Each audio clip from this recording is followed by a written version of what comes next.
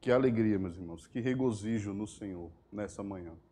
Possamos continuar meditando nas Sagradas Escrituras, abrindo as suas Bíblias no Evangelho segundo Lucas, capítulo 24.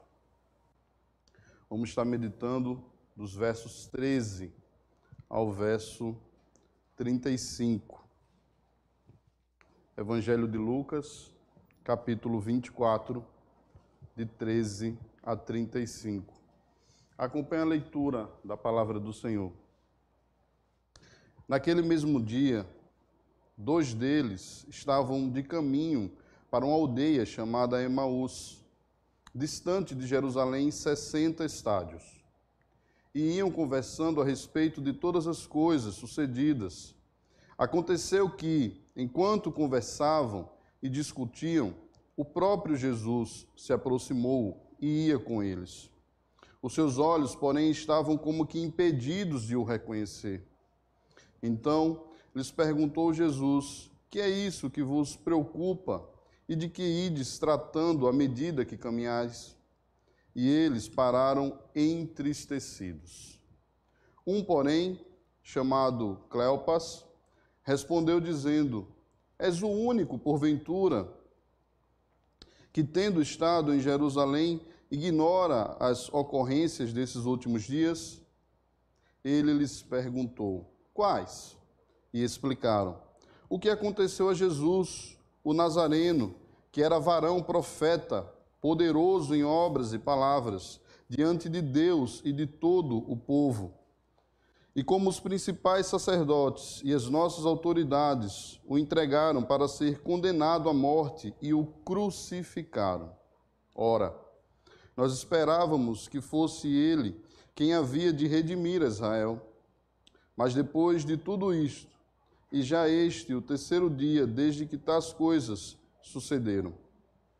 É verdade também que algumas mulheres das que conosco estavam nos surpreenderam, tendo ido de madrugada ao túmulo, e não achando o corpo de Jesus, voltaram dizendo terem tido uma visão de anjos, os quais afirmaram que ele vive. De fato, alguns dos nossos foram ao sepulcro e verificaram a exatidão do que disseram as mulheres, mas não o viram. Então lhes disse Jesus: ó nécios e tardos de coração, para crer tudo o que os profetas disseram. Porventura não convinha que o Cristo padecesse e entrasse na sua glória? E começando por Moisés, discorrendo por todos os profetas, expunha-lhes o que a seu respeito constava em todas as Escrituras. Quando se aproximavam da aldeia para onde iam, fez ele menção de passar adiante.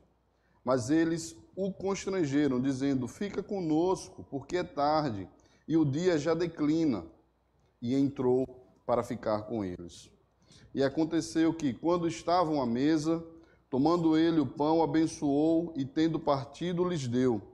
Então se lhe abriram os olhos, e reconheceram, mas ele desapareceu da presença deles. E disseram um ao outro: porventura não nos ardia o coração, quando pelo caminho nos falava, quando nos expunha as Escrituras? E na mesma hora, levantando-se, voltaram para Jerusalém, onde acharam reunido os 11 e outros com eles, os quais diziam: o Senhor ressuscitou e já apareceu a Simão. Então os 2 contaram o que lhe acontecera no caminho e como fora por eles reconhecido no partir do pão. Até aqui, que o Senhor nos abençoe. Vamos ter mais uma breve palavra de oração. Ó Deus e Pai, te louvamos por essa Escritura, Senhor. Te louvamos, Pai, pelo entendimento de que Jesus caminhou ao lado, Senhor, desses 2 discípulos, que eles estavam com os olhos encobertos, não o reconheceram. Assim, Pai, às vezes caminhamos, mas que em nome de Jesus, nessa manhã, o Teu Espírito Santo abra os nossos olhos e possamos entender, Pai, as grandezas do Teu reino, de tudo quanto o Senhor fez por amor de nós e para louvor do Teu nome. Eu te oro, Pai, humilhado diante do trono da tua graça, saber que eu não tenho capacidade de mim mesmo de transmitir tão grande evangelho, mas que o Senhor, Pai, por tua graça, possa falar ao meu coração e ao coração dos meus irmãos, com poder, com graça, em nome de Jesus. Amém. Meus irmãos, que presença é essa? A saber que nos dias atuais nós temos os nossos olhos sendo encobertos por uma grande tragédia sanitária. Nos dias atuais, a Covid-19 tem abatido tantas pessoas, tantas vidas, e muitas vezes nos bate o desespero. Não há mais aquele que possa contar que não conhece alguém, que não tem um amigo que se foi, que não tem um parente querido que o Senhor tomou para si. Tantos de nós, meus irmãos, estamos passando por essas dificuldades. Nós podemos contar nos dias atuais com as portas, com muitas portas de igrejas fechadas e com o esfriamento da fé de muitos. Mas nessa manhã, meus irmãos, o propósito que Deus colocou no meu coração e o tema que eu dou para esta mensagem é a ressurreição e o testemunho em glória. Que possamos meditar nesse tema, a ressurreição do Senhor Jesus e o testemunho em glória. Meus irmãos, eu vou puxar um pouco agora aqui pelo nariz, porque eu chorei demais nos louvores, né? Mas estou muito bem, graças a Deus, gozando de plena saúde. Meus irmãos, nos dias atuais, nós podemos entender que a incredulidade, ela tem entristecido, ela tem cegado os nossos corações. Nós vemos à luz da Escritura, onde Maria Madalena, Joana, Maria, mãe de Tiago, e também outras mulheres que estavam com elas, puderam ir até o sepulcro, aquele túmulo onde Jesus foi sepultado, e chegando lá encontraram a porta aberta, e encontraram o túmulo vazio. De fato, quem visitou a Terra Santa, ou quem pode visitar, pode ter ideia de como eram grandes aqueles ambientes, aqueles túmulos, cabiam pessoas dentro. E estamos diante aqui da base fundamental da igreja, da proposta ao qual testifica tudo o que nós fazemos, tudo o que a igreja fez desde o princípio até os dias atuais e até o dia final. Se de fato aquele sepulcro não estava vazio, porque Cristo não havia ressuscitado, não faz nenhum sentido nós estarmos aqui nessa manhã. Meus irmãos, se estamos aqui hoje, nessa manhã, é porque desfrutamos de uma verdade eterna nas Sagradas Escrituras, de uma verdade eterna para as nossas vidas. Jesus, de fato, ressuscitou. Essa é a verdade que testifica o caminho da igreja. É bem verdade, meus irmãos, que muitos, durante a história, tentaram anular a ressurreição do Senhor Jesus. Muitas eram as hipóteses e as teses. Levantaram teses que o Senhor Jesus foi ao túmulo e que, de fato, ele não estava morto. Ele apenas recuperou as suas forças ali naquele momento e depois veio a ressurgir. O fato que eles não explicam com essa tese é que como aquela pedra tão pesada se abriu. Outros dizem que os discípulos foram até o sepulcro e roubaram o seu corpo. Corpo este jamais encontrado pela história. Corpo este que, ao ressuscitar, mais de 500 viram, que esteve com Pedro, que esteve com esses dois discípulos. Corpo este que apareceu e que, com a sua ressurreição, muitos outros que também dormiam, ressuscitaram imediatamente a esse ato sobrenatural na vida de toda a humanidade. Tantas outras teses, meus irmãos, que se levantam para tentar anular essa verdade que sustenta a igreja. Que Jesus, ele veio, encarnou, viveu como nós, sofreu, morreu, mas que ressuscitou ao terceiro dia. E esses discípulos aqui, no caminho de Emaús, a Bíblia vem tratar que eles estavam entristecidos. É verdade que esses homens no caminho, como havia-se um costume nos antigos, até nas antigas escolas filosóficas, de sair pelo caminho estudando, de sair pelo caminho meditando, e era o que esses dois homens faziam naquela manhã. Todos os milagres e prodígios que eles tinham desfrutado durante o ministério de Cristo, eles talvez estivessem ali naquele momento discutindo. Talvez estivessem ali naquele momento falando: nossa, mas o nosso mestre curou a tantos. Nós vimos coxos se levantarem. Talvez eles estivessem a discutir ali: nós vimos cegos voltarem a enxergar. Nós vimos paralíticos de nascença voltar a caminhar. Nós vimos mensagens, sabedoria profunda do Senhor Jesus. Nós aprendemos com ele tudo quanto foi dito nas Escrituras, desde Moisés até os profetas, até a sua plenitude dos tempos, até chegar ao Senhor Jesus na plenitude do tempo, até a mensagem de João Batista, que aplanou o terreno para a chegada do Messias. Tantos milagres e prodígios nós vimos, mas agora estamos aqui, voltando de Jerusalém, da celebração, para a nossa casa, voltando para a aldeia de Emaús.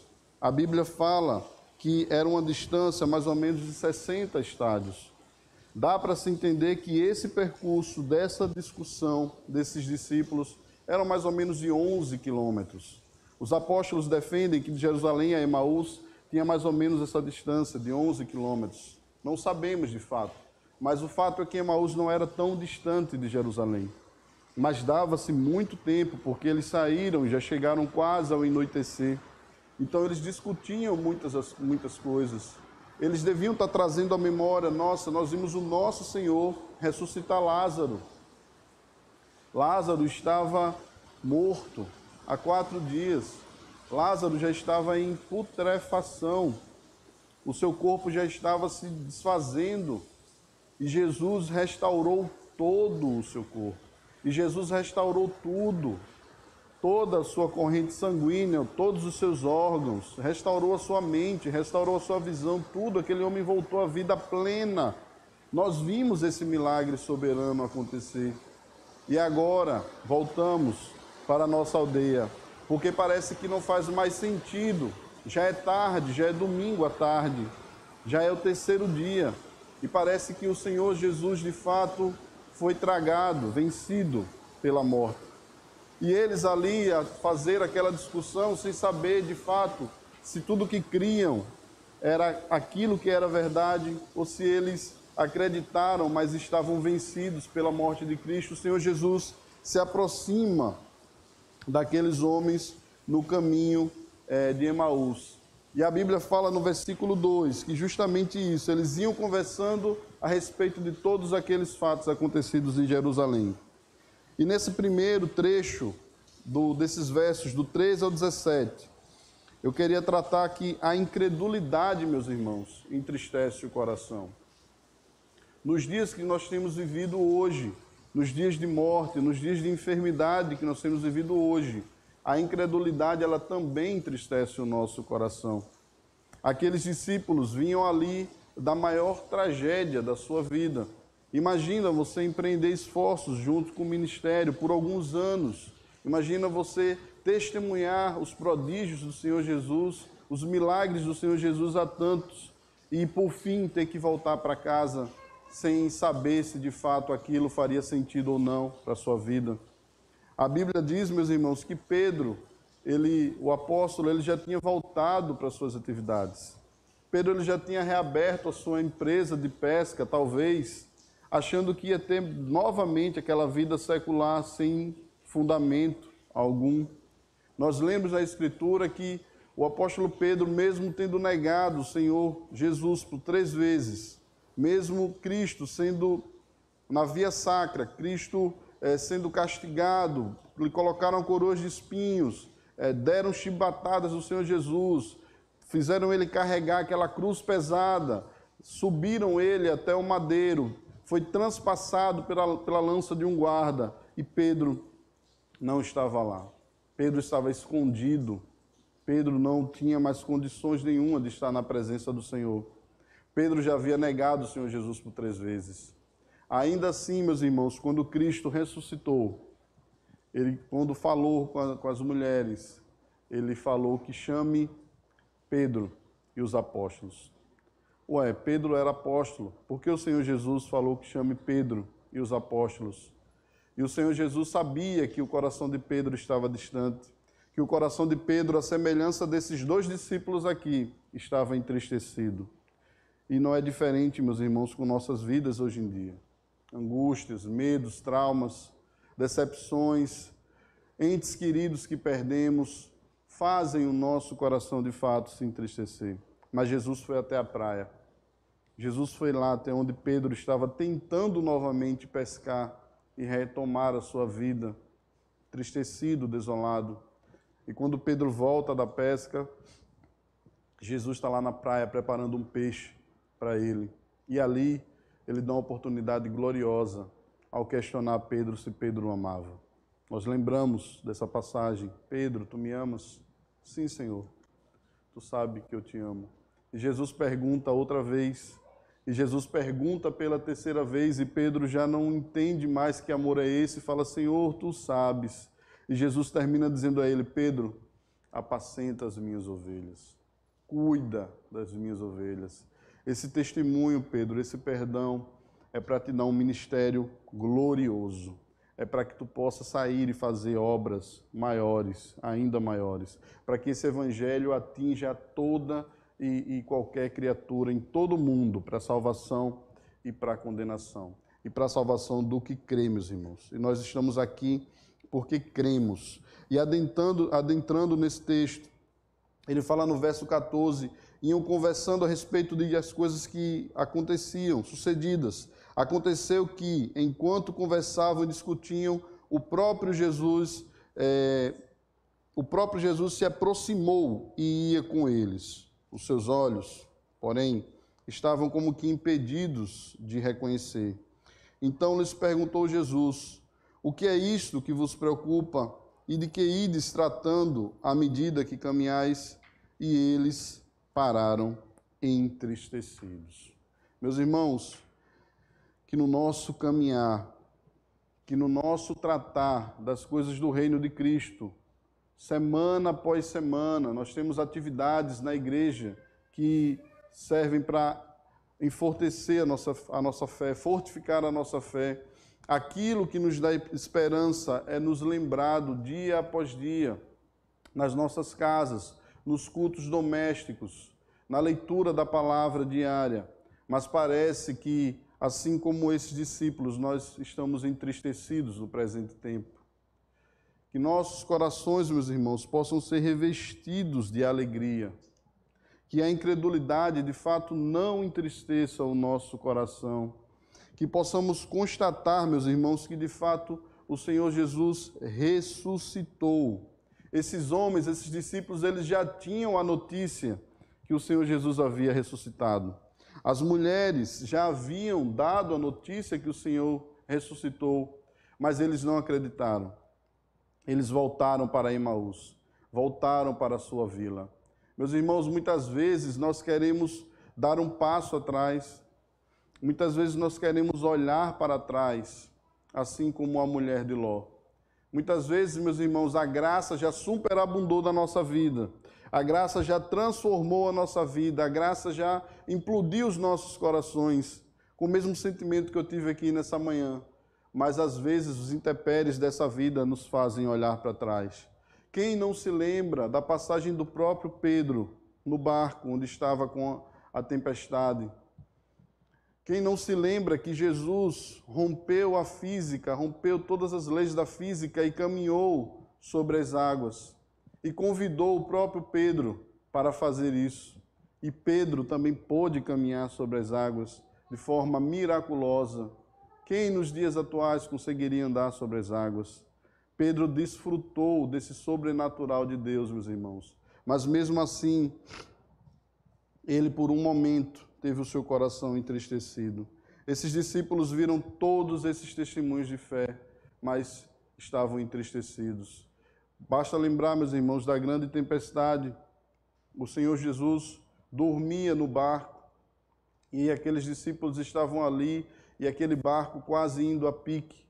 Eles sem saberem se voltariam para casa ou não, se conseguiriam controlar aquela tempestade, se aquilo voltaria, aquela nau poderia voltar à estabilidade. O barco quase vindo a virar. Mas aí eles se lembraram que o Senhor Jesus estava no barco. E eles viram também esse grande milagre do Senhor Jesus, aquele que ordena aos ventos e ao mar que se acalme.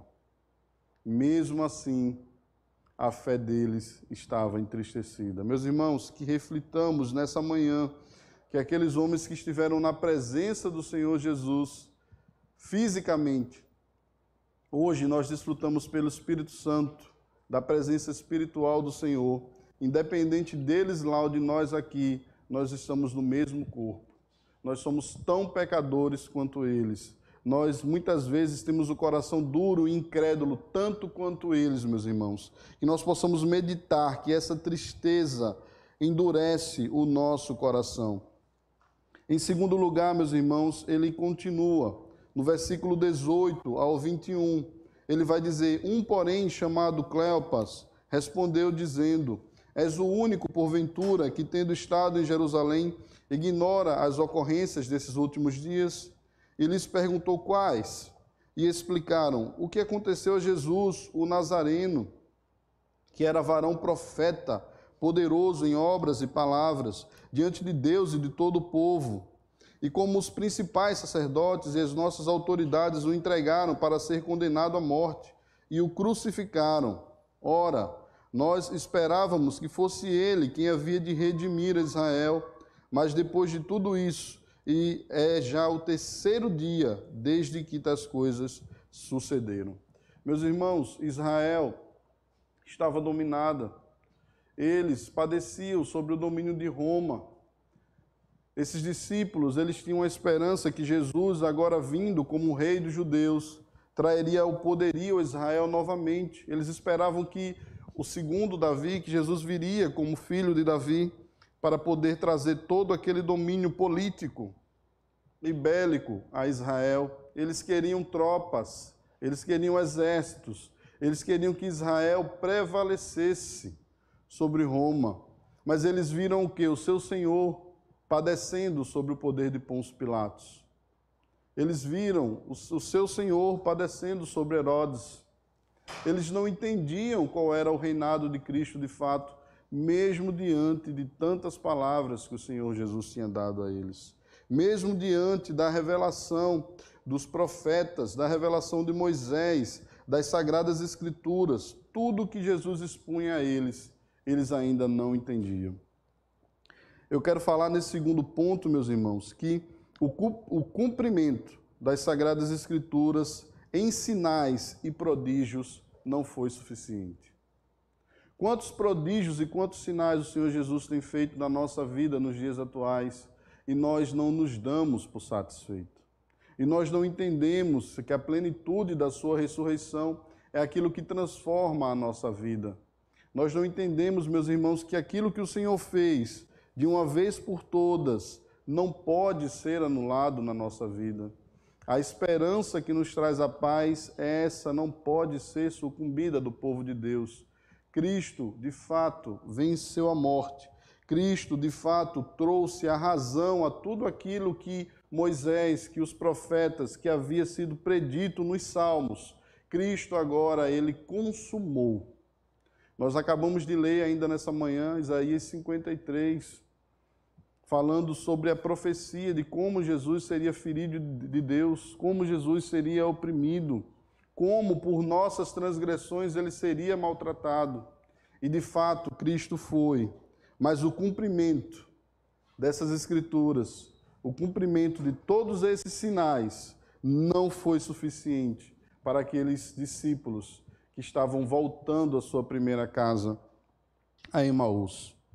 E ele segue o texto, meus irmãos, dos versos 22 ao 24, dizendo a verdade também, que algumas mulheres daqui convosco estavam, nos surpreenderam, tendo ido de madrugada ao túmulo, e não achando o corpo de Jesus, voltaram dizendo terem tido uma visão de anjos, os quais afirmaram que ele vive.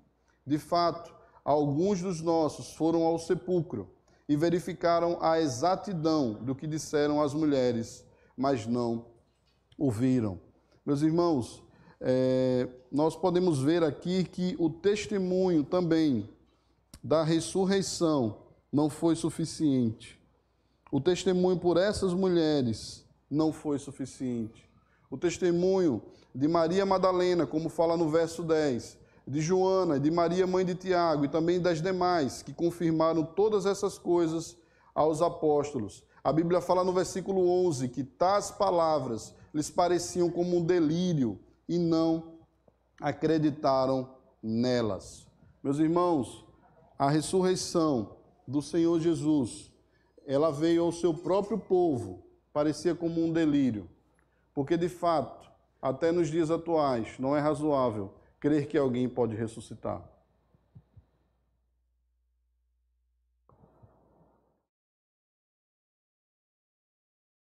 Hoje, meus irmãos, podemos ir a túmulos de vários profetas. Hoje, certamente, está no sepulcro, ou já se desfez, já se decompôs, Buda, Maomé, tantos outros profetas de seitas, de religiões que não tiveram, na verdade, fincada a sua fé no verdadeiro Deus. Você pode ir a vários túmulos, de vários ídolos, de vários faraós, você vai encontrar mumificados, mas você não vai encontrar Jesus no sepulcro. Essa é a nossa esperança. Cristo, de fato, ele ressuscitou, e que o testemunho dessa ressurreição seja suficiente para nós. Nós vemos aqui que para esses dois discípulos ainda estavam com os olhos encobertos, ainda estavam com os olhos fechados, a saber que pelo caminho o Senhor Jesus ia falando com eles de todas essas coisas, mas o testemunho daquelas mulheres parecia que não era suficiente. E ele prossegue, o evangelista Lucas narra essa história. Ele segue no versículo 25, falando que Jesus exorta esses dois discípulos pela sua incredulidade. Dos versos 25 ao 27, acompanhe na palavra do Senhor. Então lhe disse Jesus: ó nécios e tardos de coração, para crer tudo o que os profetas disseram. Porventura não convinha que o Cristo padecesse e entrasse na sua glória? E começando por Moisés, discorrendo por todos os profetas, expunha-lhes o que a seu respeito estava em todas as Escrituras. Ó tardios, ó nécios, meus irmãos, o Senhor Jesus está simplesmente trazendo à memória aquilo que eles já deviam estar convictos, porque eles tinham as Sagradas Escrituras, porque aquilo já estava predito pelos profetas. E nessa manhã, meus irmãos, que o nosso coração seja chacoalhado pela Escritura, pela palavra do Senhor, a crer aquilo que foi predito e cumpriu-se na pessoa de Cristo. Meus irmãos, temos evidências históricas abundantes sobre a ressurreição do Senhor Jesus. Abundantes. Você pode recorrer, meus irmãos, aos escritos. Por exemplo, se você pensar nas cópias das Sagradas Escrituras, são a maior obra preservada de toda a humanidade. Se você for para os escritos de Sócrates, de Platão, de Heródoto, as cópias, por exemplo, que nós temos de Heródoto, se não me engano, são datadas de 800 anos depois da sua escritura. E os homens, os incrédulos, creem como isso como certeza. Veja, cópias de 800 anos. Existem filósofos que as cópias que têm dos originais são datadas de 1.500 anos após a escritura original. E nós estamos diante de um Novo Testamento, de um evangelho que foi escrito aqui por Lucas, que temos cópias datadas de 90 anos, que temos vários vestígios de originais, ainda nos dias atuais, 2000 anos após, mas os homens preferem crer na ciência que o afasta de Deus.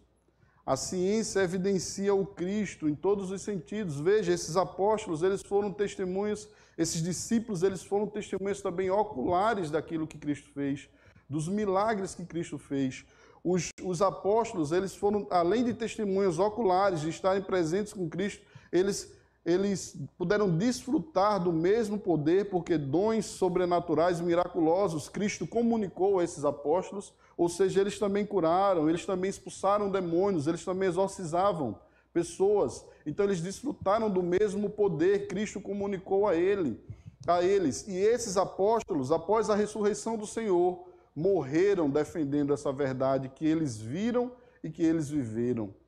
É incontestável, meus irmãos. A historicidade de Cristo, das Sagradas Escrituras, ela é incontestável. Por quê? Porque testemunhas oculares viram e morreram martirizados, defendendo as Sagradas Escrituras. Meus irmãos, se Cristo de fato não ressuscitou, de que adiantou os mártires? De que adiantou tantos lutarem para defender essa Escritura, essa verdade? De que adianta a igreja, domingo após domingo, pregar a palavra de Deus até os dias de hoje, se Cristo de fato não ressuscitou? Essa é a maior verdade que nutre a nossa fé. E hoje, nesse domingo de hoje, eu trago tantos à memória, de tantas pregações, de tantos pastores queridos, trazer à memória aquilo que esses discípulos aqui estavam entristecidos e com os olhos encobertos. Que nós possamos, nessa manhã, lembrar de tudo aquilo que nos dá esperança, de tudo aquilo que nós já vivemos, que de fato nos deu uma nova manhã, que nos deu uma nova vida, que nos trouxe a esperança de que estaremos com Cristo em glória. Mas tem um fato importante aqui, meus irmãos, nesse texto. Eles, de fato, a princípio não conheceram o Senhor Jesus. O Senhor Jesus, ele já desfrutava de um corpo glorificado. Nessa noite, nós trataremos um pouco mais sobre isso. Mas o Senhor Jesus estava com um corpo que já não sofria mais nenhum dano igual nós sofremos aqui. O Senhor Jesus já estava com um corpo ao qual, por exemplo, não sentiria essa coriza que eu estou sentindo após chorar, por exemplo, que nenhuma espinha no seu rosto iria lhe incomodar, sabe? Que um corpo perfeito, um corpo que nenhuma dor sentiria, nem nas pernas, nem na coluna. De fato, Cristo, ele é o primogênito dos mortos. E ele já estava ressuscitado com esse corpo agora em glória. Então, talvez por isso, meus irmãos, aqueles homens não entenderam que presença era aquela, que presença era esta. Nessa noite vamos tratar um pouco mais da transformação do nosso corpo. Mas Jesus, ele segue exortando, meus irmãos, pela sua incredulidade, porque aqueles homens eram para estar cheios, aqueles homens eram para ter percebido aquela presença a primeiro momento, mas nós somos tão fracos quanto eles. Nós muitas vezes olhamos para trás, assim como esses homens, e parece que a nossa caminhada não fez tanto sentido, mas sim, ela faz sentido. O Senhor Jesus, ele continua falando aqui no texto, o evangelista, ele continua dizendo que uma visita de misericórdia e de graça com o partir do pão aconteceu naquele caminho, naquele entardecer. Verso 28 ao 31, ele fala: quando se aproximavam da aldeia onde iam, fez ele menção de passar adiante. O Senhor Jesus, de fato, tem intenção de passar adiante de Emaús, mas eles o constrangeram, dizendo: fica conosco, porque é tarde e o dia já declina. E entrou para ficar com eles. E aconteceu que, quando estavam à mesa, tomando ele o pão, o abençoou e, tendo partido, lhes deu. Então se lhe abriram os olhos e o reconheceram, mas ele desapareceu da presença deles. Meus irmãos, o Senhor Jesus foi convidado a entrar naquela casa. A Bíblia fala no Apocalipse 6 que estou à porta e bato. Muitas vezes nós deixamos de desfrutar dons espirituais do Senhor, da presença gloriosa do Senhor manifestada em dons, porque muitas vezes estamos entristecidos e com os olhos encobertos. Muitas vezes não convidamos o Senhor Jesus a sentar na nossa mesa. E foi isso que esses discípulos fizeram. Já é tarde, Senhor, vem ter conosco. E o Senhor Jesus ali partiu aquela ceia maravilhosa. Talvez aqui tenha sido a ceia mais espetacular de todas, porque foi a ceia na ressurreição do Senhor.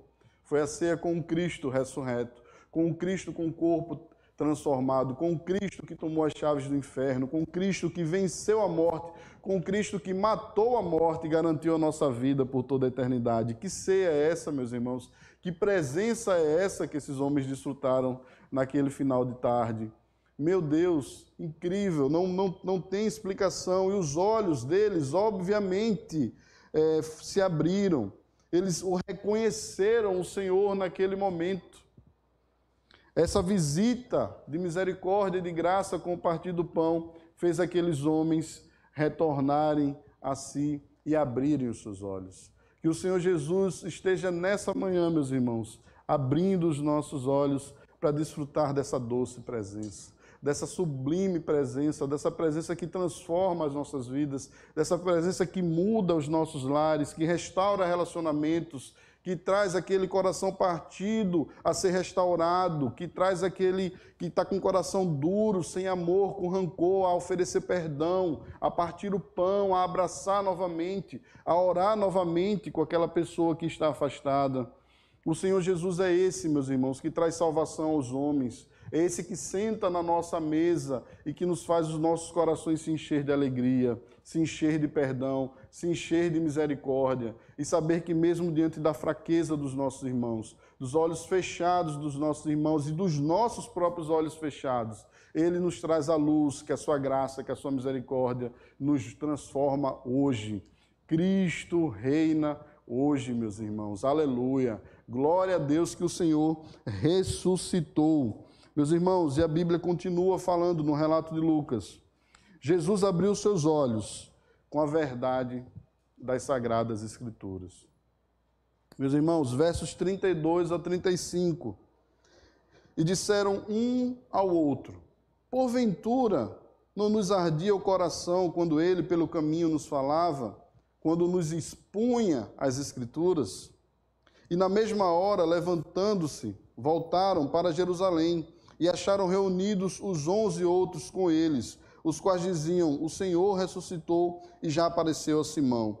Então, os dois contaram o que acontecera no caminho e como fora por eles reconhecido no partir do pão. Meus irmãos, quando Jesus expunha as Sagradas Escrituras, os seus corações já ardiam, mas os seus olhos estavam fechados ainda naquele momento. Mas é a palavra que transforma. O Senhor Jesus, Ele é a própria palavra. É a Escritura que transforma. Não negligenciemos o poder de Deus, o dínamo de Deus, ele se manifesta pela sua Sagrada Escritura. O dínamos, o poder, aquele que emana do trono da graça, ele se manifesta pelas Sagradas Escrituras. Até quando o Senhor Jesus foi tentado por Satanás, o Senhor Jesus o repreendeu, citando a Sagrada Escritura. Meus irmãos, que não negligenciemos essa bênção, esse poder de Deus que entra nos nossos lares, que revela o Senhor Jesus Cristo. As Sagradas Escrituras, elas revelam o Senhor Jesus Cristo. Eu diria que o Evangelho, meus irmãos, é a identidade do Senhor Jesus. O Evangelho é aquele que evidencia tudo que Cristo fez por nós. O Evangelho é o instrumento pelo qual o Espírito Santo faz brotar um coração de pedra e nos traz um coração de carne. O Evangelho é aquele que o Espírito Santo usa para nos resgatar das trevas e trazer ao reino do Filho do seu amor. Meus irmãos, o Evangelho é esse que tem esse poder, é esse instrumento. Não é o que o pregador fala, não é o que nós dizemos, não é o que o pastor diz, não é o conhecimento, não é o academicismo, não é aquilo que você pode aprender nas universidades, não é aquilo que você pode aprender nos seminários teológicos, não é aquilo, meus irmãos, que toda a sabedoria, toda a filosofia vai lhe dizer que vai transformar as vidas. Mas o que vai transformar as vidas é a palavra de Deus. O Senhor Jesus, ele se manifesta gloriosamente pelo seu Espírito Santo quando esse evangelho é anunciado. Meus irmãos, o coração daqueles dois discípulos, a Bíblia diz aqui que os seus corações ferviam, que os corações deles estavam fervendo quando ardia, quando o Senhor Jesus falava das Sagradas Escrituras. É óbvio, meus irmãos, que ouvir a palavra de Deus também por aquela sublime presença é extraordinário, mas nós sentimos essa sublime presença hoje. Calvino, ele chega a dizer que quando nós celebramos a ceia do Senhor, nós desfrutamos da presença real de Cristo nas nossas vidas. Aqueles homens puderam ceiar com o Senhor. E quando eles ceiaram com o Senhor, eles abriram seus olhos e de fato vieram a desfrutar da presença real do Senhor. E a partir dali o Senhor seguiu adiante. Nós, quando celebramos a ceia do Senhor, que é um sacramento, nós de fato desfrutamos da presença real de Cristo.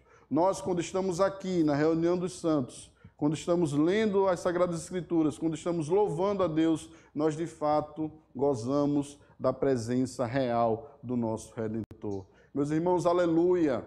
O Senhor vive, Cristo reina.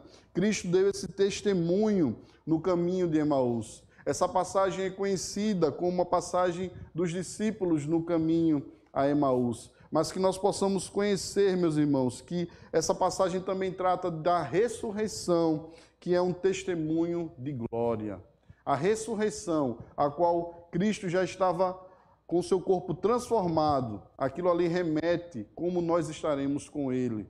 E nós vamos falar um pouco mais disso adiante. Meus irmãos, a morte não venceu, a morte não triunfou. O Senhor Jesus triunfou sobre a morte. A despeito de toda a calamidade que nós estamos vivendo no presente tempo, nós viveremos em breve e eternamente e com o corpo glorificado na presença do Senhor Jesus Cristo. Que Deus continue, meus irmãos, falando poderosamente aos nossos corações durante esse dia. Que nós possamos estar saindo daqui inundados pela palavra do Senhor, a saber que Cristo ressuscitou. Vamos ter mais uma breve palavra de oração, meus irmãos. Ó Deus e Pai, eu te louvo, Senhor, pela Tua palavra. Eu te louvo, Deus, porque sei, apesar, Senhor, da incapacidade desse Teu servo, Deus, mas o Teu Espírito Santo, Pai, Ele comunica a Tua palavra aos Teus filhos, Pai. Eu sei, Deus, que não depende de mim, não depende de nós, Pai, mas o Teu Espírito Santo age poderosamente conforme Ele apraz, Deus. A Tua palavra diz, Pai, que ninguém te deu primeiro para depois ser restituído. Mas a Tua palavra fala, Deus, que por Ele e por meio dEle e para Ele são todas as coisas. Ao Senhor Jesus Cristo a glória pelos séculos dos séculos. Amém, Deus. Muito obrigado, Pai, por essa manhã, em nome de Jesus. Amém.